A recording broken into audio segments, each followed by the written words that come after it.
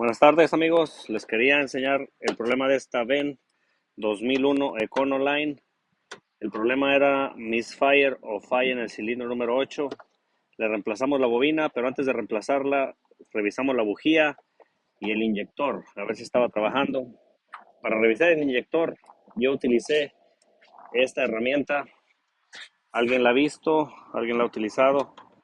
Tiene un LED aquí enfrente, un foquito, que cuando está trabajando el inyector parpadea, siente las pulsaciones y empieza a parpadear cuando está trabajando el inyector.